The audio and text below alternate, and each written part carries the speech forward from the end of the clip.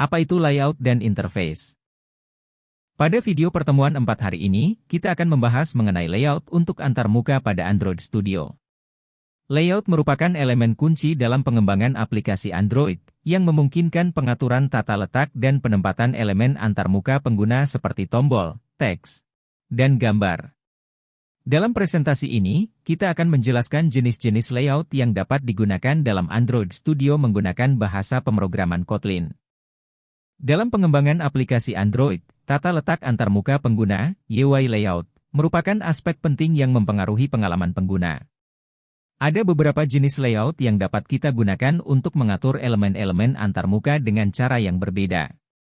Pertama, kita memiliki linear layout.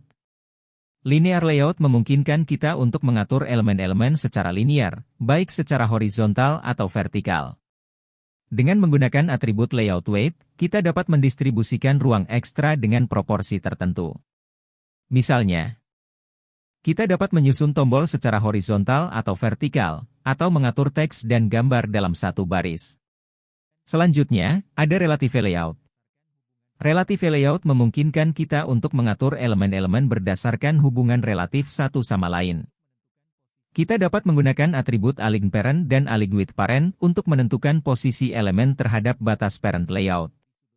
Dengan relative layout, kita dapat dengan mudah menempatkan tombol di sudut kanan atas atau mengatur elemen berdasarkan elemen lain dalam hierarki.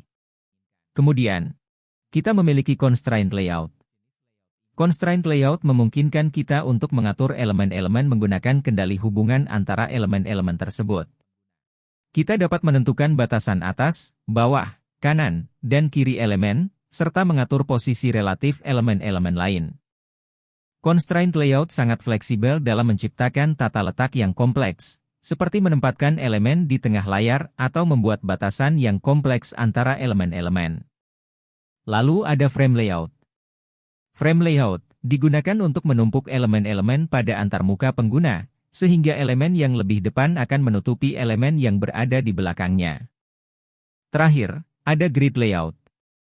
Grid layout memungkinkan kita untuk mengatur elemen-elemen dalam grid yang terdiri dari baris dan kolom. Dengan menggunakan atribut untuk mengatur ukuran kolom dan baris, kita dapat dengan mudah menampilkan data dalam bentuk tabel atau membuat tampilan yang mengikuti pola grid, seperti tampilan kalender. Dalam pengembangan antarmuka Android, pemilihan jenis layout yang tepat sangat penting untuk mencapai tata letak yang diinginkan. Dengan memahami dan menggunakan jenis-jenis layout ini secara efektif, kita dapat menciptakan antarmuka yang menarik, responsif, dan mudah digunakan oleh pengguna.